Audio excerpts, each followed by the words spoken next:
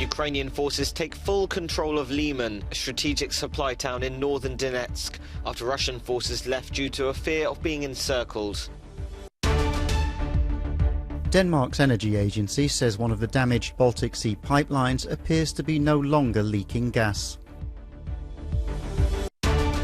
Protests across the world have been taking place in solidarity with Iranian women after Mahsa Amini died following her arrest by police in Tehran.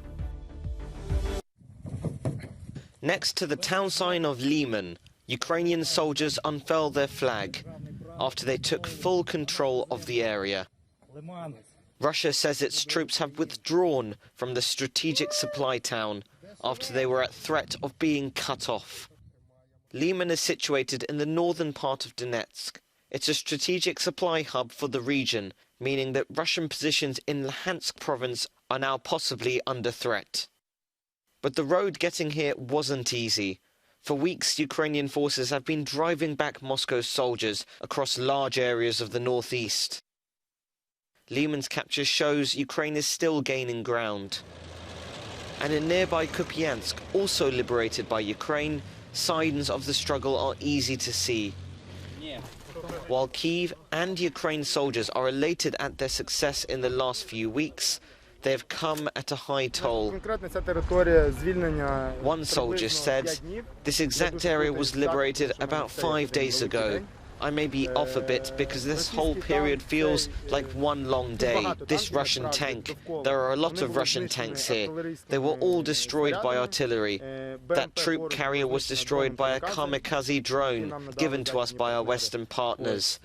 And the infantry were killed during a gunfight." The Russians left much equipment as they retreated, allowing for normal life, even if slowly, to re-emerge. This is Igor Murashov, the head of the Zaporizhzhia nuclear power plant in Ukraine. He's been blindfolded and detained by Russian forces, according to Kyiv's nuclear power agency, reigniting long-simmering fears over the plant's security.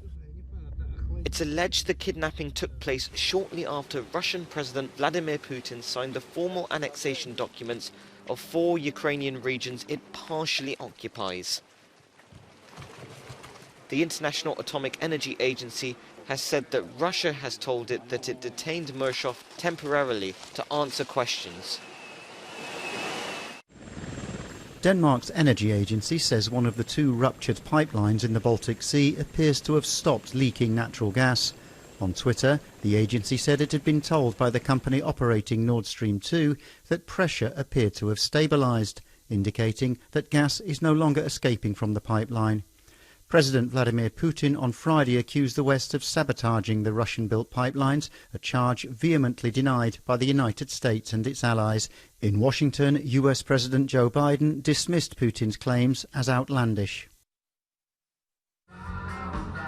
For the 4th time in 2 years, Bulgarians will go to the polls on Sunday, overshadowed by the war in Ukraine, rising energy costs and wider galloping inflation.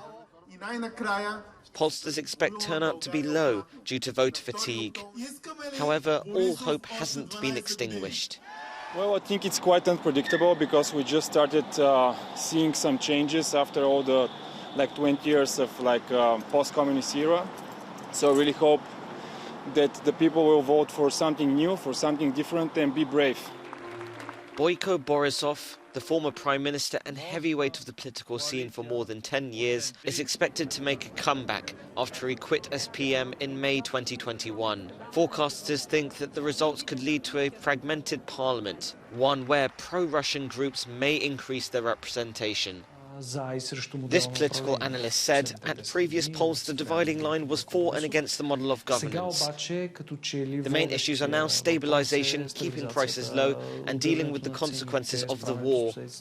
The main division in the country is now between East and West on the political map, rather than between status quo and change. Whatever the results in Sunday's election, it's likely a coalition will have to be formed, one that is hopefully stronger than all of those in the last 2 years. In central London, hundreds of demonstrators gathered in protest at the soaring cost of living in the UK. The country, like many others, has been hit by rising energy prices. but also by a government mini-budget that's been widely criticised for favouring the rich more than ordinary working people. Protesters shouted "Enough is enough" at the rally, which was supported by many non-governmental organisations as well as labour unions.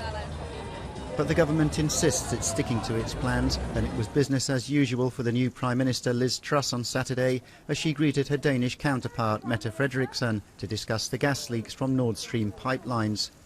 Nevertheless, pressure is mounting on the UK's new leader. Just over a month into the job, a poll by YouGov found that just over half of respondents said she should quit. That's unlikely to happen, but after the mini-budget, regarded by even some in her own party as disastrous, the critics will be hard to ignore. Truss admits her fiscal plan aimed at growth has caused disruptions, but insists decisive action was taken to control the UK's finances. Demonstrators gathered in Baghdad for the anniversary of the October protest in 2019, when tens of thousands of protesters, most of them youths, took to the streets to decry corruption, poor services and unemployment. Crowds headed towards the Green Zone area of the city, where foreign embassies are based. However, security forces closed the district using large concrete barriers.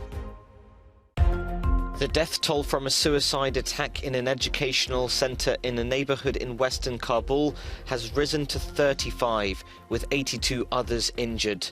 According to a local student in the building, the majority of victims were girls, as they were sitting close to the area where the bomb went off. It happened in a district heavily populated with Shia Hazara people.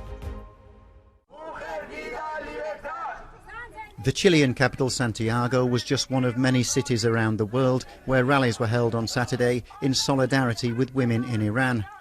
The movement was sparked by the death of Mahsa Amini, who died after being arrested by Iran's so-called morality police. Organisers said protests were being held in more than 150 cities, from Tokyo to San Francisco to London. One of the rallies was also in the Italian capital, Rome. With this regime, it's not possible to receive human rights, that's all. Now is the time for all of us to think that we have the ability to change this 43-year-long oppression.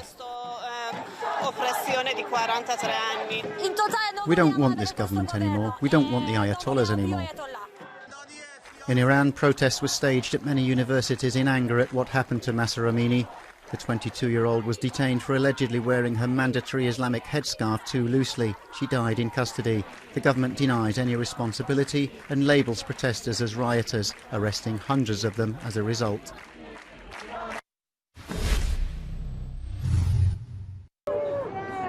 Green carpet. The Zurich Film Festival is one of the great autumn cinema events, offering a rich competition of films from Europe and elsewhere, as well as numerous previews and tributes in the presence of international stars. Liam Neeson and Diane Kruger were there this week, and 2 European actors were awarded with a Golden Eye: the French-English actress Charlotte Gainsbourg and the British Eddie Redmayne. This exhibition at the National Gallery in London features paintings by one of Europe's best-known figurative painters, Lucian Freud. It covers a lifetime of work, showing how Freud's paintings evolved over 70 years of practice. Throughout his long career, Freud sought to get closer to his models, to pierce their intimacy through the pigments of his paint.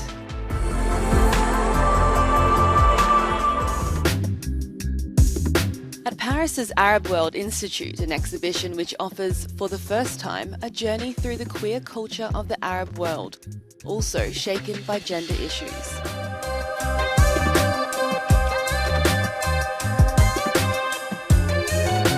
"23 artists from Iran, Afghanistan, Morocco, Libya and more make up the exhibition called Habibi, The Revolutions of Love." This exhibition in Madrid is about 2 almost contemporary artists whose personalities and trajectories are certainly different, but biographically parallel and culturally close.